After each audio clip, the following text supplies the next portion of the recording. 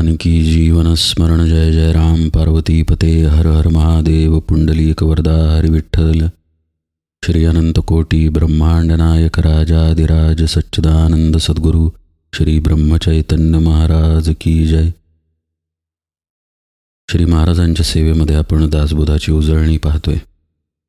सिद्धलक्षण समासातील एक एक ओवी अक्षरशः अमृतासारखी आहे. समर्थ सांगतात सिद्धलक्षण, पण समाधान होत आहे जो साधक आहे त्याचं. प्रत्येक लक्षणातून साधकानं कसा असायला पाहिजे तेही समर्थ सांगतायत. आता ही समर्थांची ओवी पहा. साधू स्वरूपीच राहे. राहण्याचं ठिकाण समर्थांनी अधोरेखित केलं. स्वरूप तेथे संगची नस आहे, म्हणून साधू तो न पाहे मानापमान. आपल्याला कुठला संग झालेला आहे आणि त्या संघाची परीक्षा कुठे केली जाते हे अगदी नेमकेपणानं समर्थांनी निर्देशित केलं पहा. साधू स्वरूपीच राहे तेथे संगची नस आहे. अर्थातच स्वरूपापाशी देहबुद्धीचा संग नाही. त्यामुळे देहबुद्धीचा संग टाकून साधू स्वरूपापाशी असतो किंवा राहतो ही गोष्ट तर स्पष्ट आहे. पण समर्थ इथं मानापमान हा विषय घालतात. म्हणजेच त्याची जाणीव जिथे होते ते ठिकाणच संगरहित असतं. मग मानापमान होणार कसा? म्हणून म्हटलं की आपल्याला कुठे संग आहे त्याचं नेमकं ठिकाण इथं समर्थांनी दाखवलंय. आपल्याला मान दिला की आपल्याला बरं वाटतं. ते कुठं वाटतं? आपला अपमान झाल्यानंतर आपल्याला त्रास होतो तो कुठं होतो? म्हणजे मान अपमान हे जिथं आपल्याला अनुभवाला येतं ती जागा संगरहित झालेली असते साधूची. ती जागा आहे आपल्या अंतःकरणाची. आता काही शास्त्रकार अंतःकरण नावाचे एक इंद्रिय पण सांगतात, तर काही शास्त्रकार मन, बुद्धी, चित्त आणि अहंकार या चारही गोष्टींना अंतःकरणच म्हणतात. एकूण काय, या गोष्टींपाशी संग ज्याला आहे तो साधक स्थितीमध्ये आहे, पण त्या संघाला ओळखून आहे. संघ घालवण्याचा तो अभ्यास करतोय. त्याच्यासाठी हे समर्थांनी सिद्ध दशेतलं लक्षण सांगितलं की सिद्ध तो आहे ज्याच्या या अंतःकरणापाशी कुठलाही संग असत नाही. कालच्या निरूपणात आपण पाहिलं की स्वरूपी लागता बुद्धी अशा अवस्थेमध्ये सिद्ध आहे. मग असं पहा, जिथे द्वैत नाही, जिथे मीतूपण नाही, जिथे कशाचाही स्पर्श नाही, तिथे राहिल्यानंतर संग असेल का? मुळीच नाही. त्यामुळं साधू निस्संग स्थितीमध्ये असतो. आता संग ही गोष्ट आपण समजून घेऊया. संग संगतीने निर्देशित केला जातो. संगतीनं समजतो, ओळखला जातो. आपल्याला कशाचा संग आहे? आत्ता समजा आपण निरूपण श्रवण करत असू तर समर्थांच्या या विषयाचा संग आपण करतोय. पण पहा, निरूपण श्रवण करत असताना समजा काही प्रापंचिक गोष्टींचाही विचार मध्ये मध्ये येत असेल तर खरा संग आपल्याला त्याच गोष्टीचा आहे.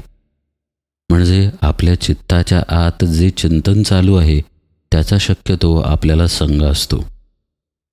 जीव हा बहिर्मुख आहे आणि तो आपोआप झालेला नसून स्वतःच्या इच्छेनं संस्कारांनी होत गेलेला आहे. परमात्म स्वरूप सोडल्यास इथे अन्य काहीही नाही. मग जीवदशा आली कुठून असा जो प्रश्न येतो तो जीवदशेमधूनच येतो की हा मी इथे आलो कसा? समजा एखादा व्यक्ती पाण्यामध्ये बुडत आहे आणि त्यानं प्रश्न केला की मला आधी सांगा मी पाण्यात आलो कसा तर मी बाहेर येईन. तर हा प्रश्न करणं किंवा हे उत्तर मागणं जसं वेडेपणाचं आहे तसं जीवदशेमध्ये आपण ब्रह्मस्थितीला प्रश्न करतो. मुळात आपण अडकलो ही तर वस्तुस्थिती आज भोगत आहे ना आपण. बहिर्मुख आहे ना आपण. सद्गुरूंनी सांगितलं की तू ब्रह्म आहेस तर खरं म्हणजे पूर्णत्व आपल्या प्रचितीला यायला पाहिजे होतं. पण आपली प्रचिती आपण शोधली तर आपल्या लक्षात येतं की आपल्या ठिकाणी अपूर्णत्व आहे. म्हणून तर आपण पूर्णत्व शोधायला धावतोय.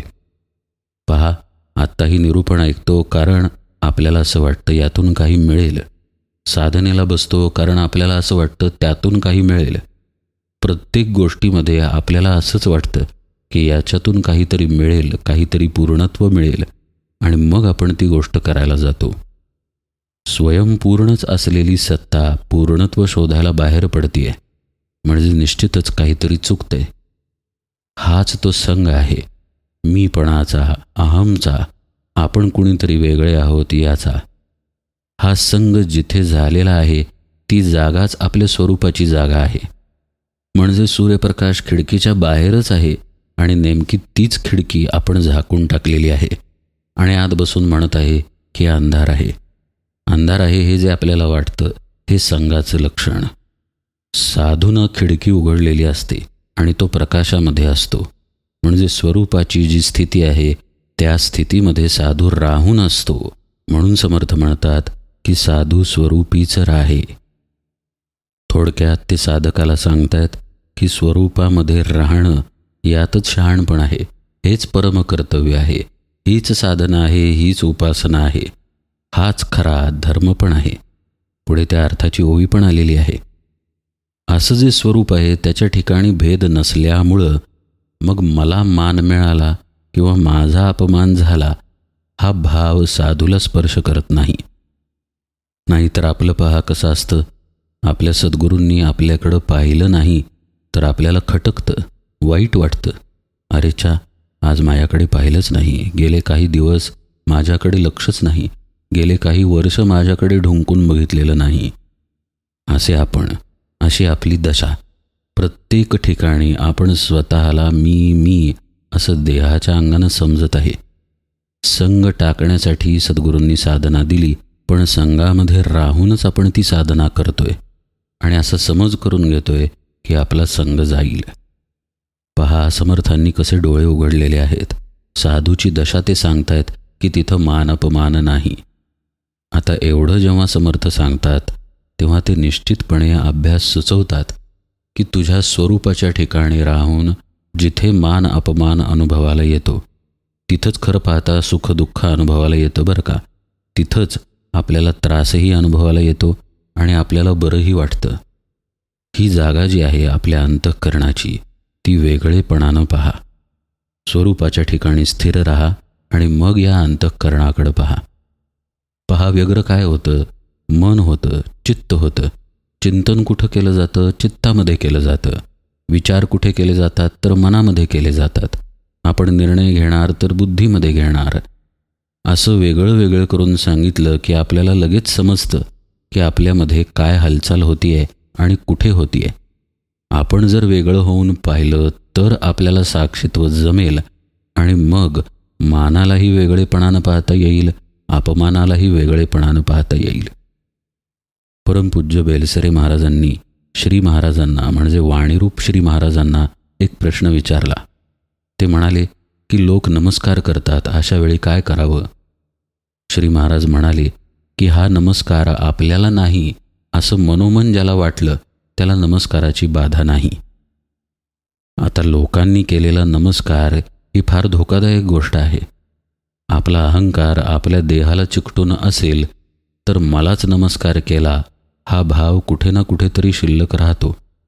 म्हणूनच परमपूज्य बेलसरे महाराजांनी तो प्रश्न श्री महाराजांना विचारलेला. श्री महाराजांनी जे उत्तर दिलं ते उत्तर जगण्यासाठी स्वरूपाच्या ठिकाणी किंवा नामाच्या ठिकाणी आपण स्थिर असणं अत्यंत आवश्यक आहे. तर आपला देह आणि चित्त, मन, बुद्धी या गोष्टींना आपण वेगळेपणानं पाहू शकू.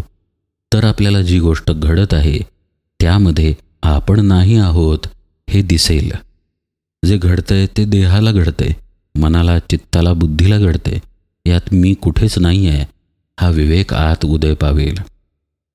आपण मात्र देहाला आणि मनाला चिकटून राहतो. समजा मनामध्ये विचार आला की किती छान फूल आहे किंवा आणखी एक विचार आला की किती छान पदार्थ झालेला आहे, तर सर्वसामान्यतः आपला भाव असतो की हे आपल्यालाच वाटलेलं आहे. पण वस्तुस्थिती निराळी असते. मनाला ते वाटलेलं असतं, आपल्याला नाही. मनामध्ये तो विचार असतो, चित्तामध्ये तो तरंग निर्माण झालेला असतो. आपण तिथे कुठेही असत नाही. पहा, माशी जी आहे ना ती फुलावरती पण बसते, खाद्यपदार्थावरती पण बसते, विष्ठेवरती पण बसते. तसं आपल्या मनाचं आहे. आपण म्हणजे मन नाही हे कळल्यानंतर मनरूपी माशीला वेगळेपणानं पाहता येईल. या मनरूपी माशीचा स्वभाव असा आहे की ज्याच्यावरती ती बसते तो पदार्थच आपण आहे असं तिला वाटतं. पहा, विकारवश झालेलं मन विकारानं भरून जातं. आपण मनाला चिकटलेले असू तर आपणही विकारमय होऊन जातो. म्हणूनच आपल्याला लागलेली भूक आणि संतांना लागलेली भूक यात फरक आहे. आपली इंद्रियांची इतकी तादात्म्यता आहे की जेव्हा आपल्याला भूक लागते तेव्हा आपणच भूक स्वरूप होऊन जातो. संत मात्र स्वरूपीच राहतात, साधू स्वरूपीच राहे. त्यामुळे भूक लागते, पण बाहेर लागते, देहाला, इंद्रियांना. तो त्या भुकेशिवाय, त्या भुकेतून मिळणाऱ्या तृप्तीशिवाय सुद्धा तृप्तच असतो. त्याच्या ठिकाणी कसलाही संग असत नाही. हे एक भुकेचं उदाहरण झालं. मानापमान हा विषय समर्थ इथं सांगतात, पण मानापमानाचा सुद्धा अनुभवच येतो ना. का असं होतं, मानापमान एका महिन्यानं पोस्टानं आपल्या घरी आलाय? मुळीच नाही. जेव्हा घटना घडते तेव्हाच ती अनुभूतीला येते. म्हणजेच ती मन चित्त या ठिकाणी अनुभवाला येत असते. आपल्या बुद्धीमध्ये तिची छाप पडत असते. आणि हे सगळं आपण आपल्या देहाला चिकटवलंय आणि देहापाशी आपलं ममत्व चिकटवलंय, आपलं आसणे पण चिकटवलंय, आपला भाव चिकटवलाय, म्हणजे अस्तित्व भाव. देह आहे तर मी आहे, इतक्या सगळ्या गोष्टी एकत्र साठवलेल्या आहेत. मग होतो अपमान वेगळ्याच गोष्टीचा, म्हणजे आपल्या मनाकडनं, चित्ताकडनं देहसंबंधी ही गोष्ट घडते. पण आपण ते आपल्यावरती आरूढ करून घेतो, कारण आपण कुठे वेगळे आहोत हा भावच आपल्यापाशी नाही. या भावाचा अभ्यास करणं म्हणजे साधक दशेत राहणं आहे. पहा, देह आपण नाही, विचार आपण नाही, चित्त आपण नाही, असा अभ्यास करणं म्हणजेच स्वरूपाच्या ठिकाणी राहण्याचा अभ्यास करणं. फार गुंतागुंत नाही आहे, अगदी समजायला सोपं आहे. आपण या सगळ्या व्यतिरिक्त पण आहे ना, तर मग आपण जसे आहोत तसेच या सगळ्या व्यतिरिक्त राहण्याचा अभ्यास करत राहणं म्हणजेच स्वरूपी राहण्याचा अभ्यास करणं. समर्थ म्हणतात की ही गोष्ट साधूनं दक्षतेनं म्हणजे अत्यंत तत्परतेनं केलेली असते, म्हणून तो त्या अवस्थेमध्ये असतो. अलक्षास लावी लक्ष म्हणून साधू परमदक्ष, वाढू जाणती कैपक्ष परमार्थाचा. हे जे स्वरूप आहे ते अलक्ष आहे. हा जो आत्मा आहे, हे जे परब्रह्म आहे, हा जो आपला खरा देव आहे किंवा खरे खरे आपण जे आहोत ते अलक्ष आहोत. अलक्ष याचा अगदी सोपा अर्थ इंद्रियांच्या अनुभूतीत न येणारं, कुठल्याही इंद्रियांना न कळणारं, न समजणारं असं आपलं हे स्वरूप आहे. तिथे लक्ष लावायचा अभ्यास साधक करतो आणि त्या अभ्यासानंच तो सिद्ध दशेत पोहोचलेला असतो. आता इथे एक प्रश्न येतो की जर स्वरूप अलक्ष आहे तर त्याच्याकडे लक्ष द्यायचं कसं? कारण लक्ष तर आपण आपल्या इंद्रियांचा उपयोग करूनच देतो. जसं लक्षपूर्वक आत्ता निरूपण ऐकत असू तर कान, मग त्यामार्फत होणारं श्रवण, मग बुद्धीत तो विषय समजून घेणं, चित्तामध्ये त्याचं चिंतन करणं, हे सगळं करायला श्रवणाला देह बसवलेला आहेच ना. तो देहसुद्धा जागृतीत आहे. झोपेमध्ये तर श्रवण होऊ शकत नाही. म्हणजे देहाची जागृत अवस्था ते चित्त, मन, बुद्धी इथंपर्यंत सगळ्या गोष्टी आपण वापरतोय आणि मग असं म्हणतोय की निरूपण लक्ष देऊन ऐकतोय. अशा प्रकारे लक्ष द्यायला आपल्याला हे सगळं वापरायला लागतं. पण स्वरूप तर अलक्ष आहे. ना देहाला ते पकडता येतं, ना मनाला, ना बुद्धीला, ना चित्ताला. मग त्याच्याकडे लक्ष कसं द्यायचं? म्हणजेच याचा अर्थ असा की या सगळ्या गोष्टींना बाजूला टाकायचं की आपोआप तिकडं लक्ष दिलं जातं. मगाशी जसं आपण पाहिलं की इकडे कुठेही न राहणं म्हणजेच आपल्या इंद्रियांमध्ये, म्हणजेच स्वरूपाच्या ठिकाणी राहणं, तसंच आपल्या देहाकडे, त्यातल्या स्थूल इंद्रियांकडे आणि आतल्या सूक्ष्म मन, चित्त, बुद्धी इत्यादी इंद्रियांकडे लक्ष न देणं म्हणजेच अलक्षाला लक्ष लावणं. हा अभ्यास सद्गुरूंनी शिकवावा लागतो. हा वाचून कसा कळणार? वाचून यातलं तत्त्व समजेल ते पण शाब्दिक. शब्द समजून प्रचिती येऊ शकत नाही.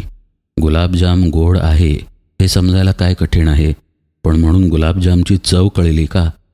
तो तोंडात टाकला तरच त्याची चव कळेल. तसं या अलक्षाला लक्ष लावण्याच्या साधनेचं आहे. सद्गुरू हवेत, त्यांनी सांगायला पाहिजे की असं बस, अशा प्रकारे ध्यान लाव, अशा प्रकारे नाम घे किंवा हे नाम घे. तिथेच सुरुवात आहे साधनेची.